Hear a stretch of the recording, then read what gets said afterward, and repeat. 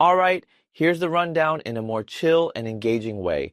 So, this crew heads to Pandora, one of Saturn's moons, and they're about to make a huge discovery that could literally change everything. Greg, the mission leader, loses his mind when they find water there, like actual water. Sophie and Kyle are just as hyped and agree they need to collect a sample ASAP. Kyle, being the daring one, steps into the water first and immediately shrieks, "It's freezing!" He puts both legs in and starts running tests with this AI gadget they brought along. Everything seems normal at first. pH levels, temperature, all that nerdy science stuff, until suddenly Kyle notices something weird. Greg asks what's up, but radio silence. No response. Kyle's just gone, vanished. Greg whips around, totally freaking out, and asks Sophie if she saw anything. But she's just as confused. Kyle was literally right next to her, and then, bam, Sophie gets yanked underwater too. Greg lunges forward to help, but before he can do anything, the water comes alive. A massive wave rises up, almost like it's got a mind of its own, and tries to drag him in. Realizing he's got zero chance of saving them, he books it back to the spaceship, running for his life as the water chases him down. Somehow, Greg makes it back and immediately fires off a distress signal to Earth. He drops their location, begs for help, and right as he's sending the message, the entire ship starts shaking like crazy. He barely manages to hit send before blackout. No one knows what happens to him after that. Back on Earth, Admiral Doreen calls an emergency meeting with Jennifer and Cliff, a married couple who also happen to be big shots in this field, along with Colonel William, who's already been briefed on the situation.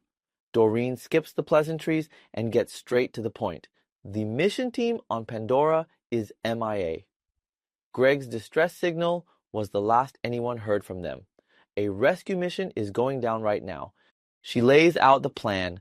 William will coordinate from Earth, Jennifer and Cliff will provide medical support, and the team's pilot will be this guy named Hank. Now here's the twist. Hank's got a bit of a record. He was once detained for blasting a Chinese military craft out of the sky. Jennifer immediately raises an eyebrow at that, but William assures her that Hank's one of the best pilots they've got, like top tier. Jennifer and Cliff's next concern? Time. Normally, the trip to Pandora would take months, but Doreen and William drop a game changer. They'll be using a wormhole. That means they'll get there in minutes instead of months. But there's a catch. This wormhole only stays open for 10 hours. After that, it closes for 6 whole months. So basically, they've got a 10-hour window to find Greg and whoever else might still be alive.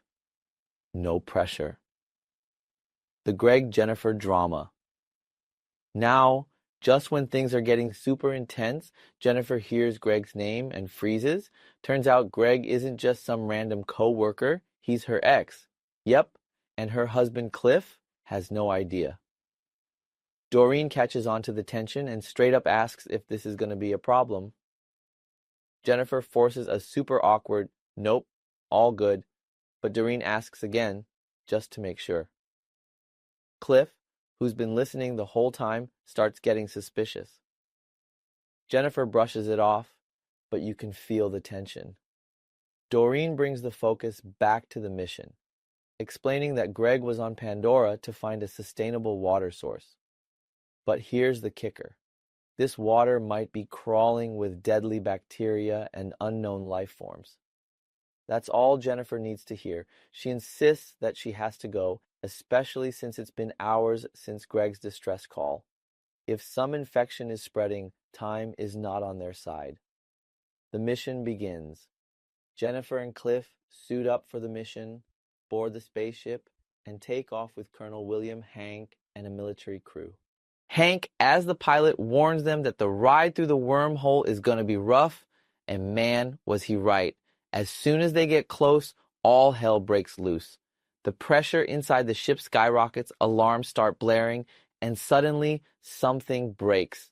The ship's system starts screaming warnings, and Cliff, without even thinking, jumps into action. He gets out of his seat and starts fixing stuff on the fly while the entire ship shakes like it's about to tear apart. The military crew scrambles to help, and after a crazy tense few minutes, they stabilize the pressure just in time. The commander, who'd been butting heads with Cliff earlier, is so impressed that he actually gives him props in front of Jennifer. Welcome to Pandora. Once they make it through the wormhole and arrive at Pandora, everyone is stunned. The place is breathtaking, nothing like what they expected, but there's no time for sightseeing. Cliff and Colonel William immediately start arguing over how to land the ship. Cliff insists on doing things his way, but William, William, pushes back. And that's where things cut off. With only 10 hours on the clock, the team has to find Greg, figure out what the hell is happening with the water, and make it back through the wormhole before they're stranded for 6 months. And judging by how things have been going so far, it's not going to be easy. So, Cliff and William are still butting heads about the landing. Cliff's like, yo, this place is unstable, we should be careful. But William's all, nah, I got this. Turns out, he's right. They land safely near the spot where Greg's distress signal came from. Once the ship's checked and stable enough to get them back home, the team suits up and heads out to find Greg's missing ship, Cassini. As they're walking, Hank casually drops some science facts about how Pandora's sunlight shifts super fast. 1 minute, it's pitch black. Next thing you know, it's bright as day. Then, boom! One of the crew spots something. Cassini is right in front of them, but it looks ancient, like it's been underwater for years. Except, there's no water anywhere. Or so they think. Moments later, they turn and see a massive body of water nearby, seemingly out of nowhere. Just as they're trying to make sense of this creepy situation, the water itself starts moving. It literally forms a tall, rod-like shape, almost like it's alive. The military team freaks out and starts blasting it with high-tech weapons, but the water creature doesn't even flinch. Then, things get even crazier. Cassini's engines suddenly turn on all by themselves. Meanwhile, back at their main ship, Hank spots another spacecraft approaching and gets major bad vibes.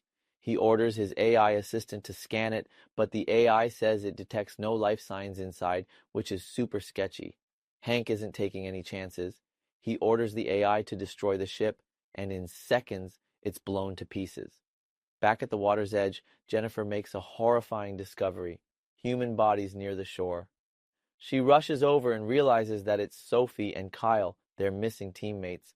Everyone's convinced they're dead, until Sophie suddenly gasps for air and Kyle starts breathing too.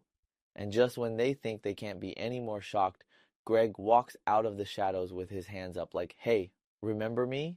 Jennifer is stunned. It's her ex, after all. She asks what happened, but Greg just looks confused. He doesn't remember a thing. Jennifer doesn't waste time. She starts dragging Sophie and Kyle back to the ship to treat them. But William isn't having it. He warns her that they could be contaminated and bringing them aboard might put everyone at risk. Jennifer, being the medical boss she is, stands her ground. My call, my responsibility. After some intense arguing, William finally backs off and lets her take them. Meanwhile, Hank gets a furious call from Earth. Admiral Doreen is pissed that he destroyed a multi-billion-dollar ship and demands a good reason. She also orders him to keep everyone off his ship unless he's 100% sure they aren't contaminated. If there's even a hint of infection, the government will nuke the entire ship. Back inside, Jennifer and Cliff start working on Kyle and the others. The Cassini crew swears up and down they have no idea what happened to them. Meanwhile, outside, the military team is still messing around near the water, trying to figure out what the hell attacked them. Bad idea. Out of nowhere, the water strikes again. A soldier gets dragged in, and the team fires everything they've got, but it's useless. Moments later, the water spits the guy out, launching him high into the air before he crashes to his death. That's it. They're done. They abandon the area, realizing they're way out of their league. Back on the ship, Jennifer and Cliff hook Kyle up to a warming table and oxygen pack, trying to stabilize him. But then, weird interference starts messing with the oxygen system. Suddenly, Greg starts removing his mask, ignoring Jennifer's warnings, and just like that, Sophie follows his lead, saying, "So, things get real intense real fast." Sophie sees Greg and Kyle removing their masks and decides she doesn't want to wait for some unknown space infection to creep into her system. Jennifer, realizing she's got no choice, follows suit and tells everyone to throw their suits and masks into decontamination. Better safe than sorry. After checking in on Sophie and Greg, they both say they're okay but freezing. Jennifer asks Cliff to whip up some warm tea for them, while she heads to the control room to update the commander. But Hank's not having it. He tells her the team isn't coming back until she proves everyone is healthy. Back in the medbay, Jennifer sees Kyle sweating like crazy. Turns out, Cliff cranked up the warming table's temperature, thinking it'd help. Bad move. Kyle suddenly sits up, pukes water everywhere, and collapses. Jennifer immediately knows this isn't about the temperature. It's something way worse. She orders Sophie and Greg into quarantine, but Sophie snaps. She grabs a gun, refusing to believe she's infected. And just when things couldn't get more chaotic, the military squad returns from their failed mission to take down that crazy water creature. They walk in, see Sophie waving a gun around, and immediately tell her to drop it. But before she can even respond, she vomits right in front of William, and boom, now he's showing signs of contamination too. Jennifer and the others act fast, locking William and another infected crew member in quarantine. Greg insists he's totally fine because he never touched the water, so they let him be. For now. Jennifer figures out that the chlorine-saline mix she gave Kyle earlier is what triggered the reaction. So now she's got a new theory. The water on Pandora has parasites that infect people. But there's a huge problem. The wormhole back to Earth closes in 2 hours, and if they don't find a cure, they're stuck here. Meanwhile, things keep escalating. The water creature starts studying their ship, and then, in some next-level sci-fi madness, it duplicates itself to look like their ship. But Hank doesn't hesitate. He blows up all the duplicates. Then, as if Pandora wasn't already a nightmare planet, massive water tentacles rise up. Hank warns the team. Either they fix this fast, or he's closing the wormhole, leaving them stranded. And then the water creature goes full psycho mode, shaking the ship, trying to break in. Jennifer suddenly gets a genius idea. She tells the crew that oil repels water, so they need to coat the ship in engine oil. They rush to do it, and just like she predicted, the attacks stop. But there's still the issue of the infected crew. Jennifer comes up with another crazy but might work solution. Alter their pH levels with salt to kill the parasites inside them. To prove her theory, she injects herself with the IV treatment and collapses immediately. That's when Greg finally shows his true colors. He switched the IV bags with contaminated water. "Congrats, Jennifer," he says. "You're one of us now." Before he can cause more damage, 2 soldiers rush in, subdue him, and lock him up with William. With no time to waste, Cliff administers the real treatment to Jennifer and the other infected crew members. And, thankfully, it works like a charm. Within minutes, everyone is back to normal. But they're not in the clear yet. The team rushes to board the main ship before Hank bails on them.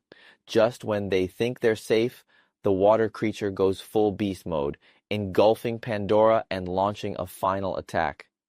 Jennifer pulls one last brilliant move. She orders the crew to shut down the engine, dump a saline mixture inside, then restart it, and it works. Well, almost.